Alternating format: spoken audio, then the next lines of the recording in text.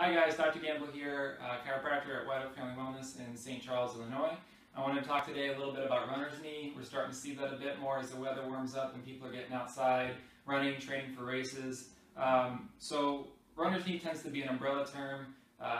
Depending upon who you're talking to, it can mean a few different things. So kind of one of the most common that I wanted to talk about is Patellofemoral Pain Syndrome, which is actually pain in between the patella, which is your kneecap, and the femur, which is your thigh bone here. There's actually a groove on your femur that the patella is supposed to run through as you flex and extend your knee, as such.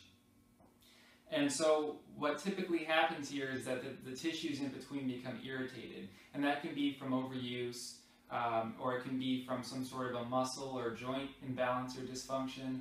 Kind of what we tend to see more commonly here is that muscle joint dysfunction, where, for an example, you have the muscles on the outside of the leg tend to be a little bit stronger than maybe the muscles on the inside of the leg here. So like you have your IT band or the outside portion of your quad pulling on your kneecap a little bit more than like that inside portion of your quad, and then it tracks the patella a little bit farther outside, so it can kind of irritate the tissues between the patella and the outside portion of that groove.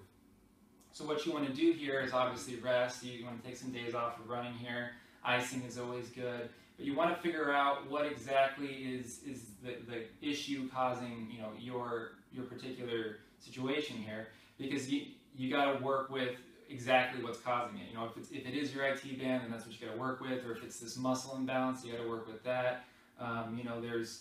There's some studies that point at like a lack of being able to bring your toes towards your shin, called dorsiflexion in the ankle, or say an internal rotation deficit in the hip, can also lead to this patellofemoral pain syndrome. So you really got to know what you have so that you can kind of work with it. The other thing is that there's some stability issues that come in the hip that you got to kind of work with the glute. Again, if that's what's going on with you. So it's important to kind of figure that out first, get yourself checked out by the appropriate healthcare professional, and then you can kind of focus in on what you got to work with. So today I just kind of want to show you a little bit of what some of the exercises or stretches might look like for certain specific causes that might be causing your runner's knee or patellofemoral pain syndrome in this case. So if the calf is involved, which is going to be tight most likely if you're having that kind of like lack of dorsiflexion in the ankle issue, then you want to do something where you're stretching it, or I actually like to use some sort of a roller.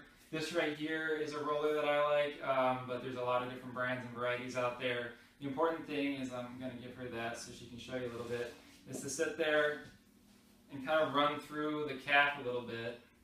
And as you do, if you feel a knot, you're going to kind of go at it a little bit more, work at that. Some people call it the search and destroy. It's not always terribly comfortable, but I guarantee you it's going to help that calf relax a little bit more and you're going to feel better for it. Other ways to address the ankle dorsiflexion, or see your chiropractor. Chiropractors are pretty good at dealing with increasing range of motion when it's restricted. There that one goes. And then, all right, we're back after the runaway roller incident. We want to move on to that strengthening of the inner part of the quad that we were talking about before. This is your Vastus medialis muscle. The Vastus medialis oblique muscle is that inner part of your quad muscle. It tends to be the weaker portion, especially in a condition like this where you have a patellar tracking issue.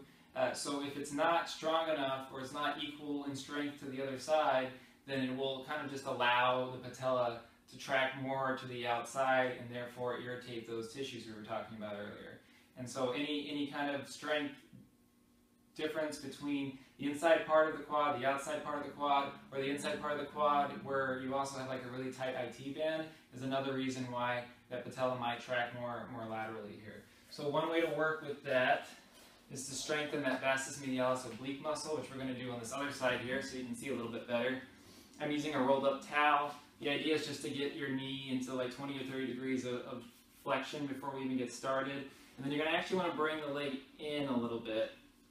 And then what you're going to do is just extend the knee, hold, and then relax. And then again. So while you're doing this, you're kind of trying to focus on this muscle on the inside here. So you can give it some more strength, and then it will be able to kind of help pull and stabilize the patella better so that it tracks properly and not on the outside and irritating all those tissues. So that's the terminal knee extension is what that's called. So then we're going to move on from there. We're going to talk a little bit about how, again, that IT band can be very tight, and then it will pull on the outside part of the knee, and that can be another issue here. So for that, you can use a belt at home. This is just what we're going to use here. And while you're at it, I'd say go ahead and stretch your hamstring. So this is a good, get out of the way of the foot here. This is a good hamstring stretch. And when you're doing these kind of like static stretches, you want to hold them for 20 to 30 seconds. That's just kind of where the research lies for these kind of, again, these static, stationary type stretches compared to like the dynamic ones, which tend to be a little bit better actually. But then when you are ready to move into the IT band, you're just going to move it across your body. You're going to feel that stretch right through here, and you can see she already feels it. You're going to feel that stretch right through here in that IT band, and that's going to be, again, another 20 or 30 seconds. And we won't make her suffer through all that right now. All right, and then last we want to talk a little bit more about that hip stability where you got to work with the glutes a little bit. So we're going to have a roll on our side here. Now the glute in this particular case that I'm talking about is the glute medius muscle. The glute medius muscle is kind of that muscle that helps stabilize the hip. It's kind of like that abductor where you can bring the leg out. It'll help you externally rotate the hip. And so you got to strengthen that so that it doesn't put so much pressure on the outside portion of the thigh, which then again brings that tightness and then the kneecap issue that we were talking about before. And she's doing right here a side-lying hip abduction, which you should be feeling back here behind that top of the thigh bone. This is very specific for this muscle. There's other exercises you can do, especially if this is a little bit more difficult and you're feeling it in the wrong places, say the side of the leg here, like a clamshell, which if you're interested in that, we actually have a video on our channel for that too. But this one's very good and specific for that glute medius muscle.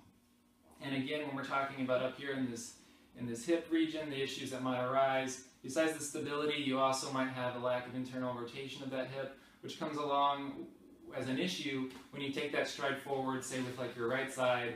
Your left lagging leg is actually going to be in internal rotation of the hip. So if it's restricted there, it's going to change the way that you move, your biomechanics. And that could give you back pain. But they've also associated that very specifically with this Patellofemoral Pain Syndrome or runner's knee situation. So it's something you want to address as well. There's some stretching you can do.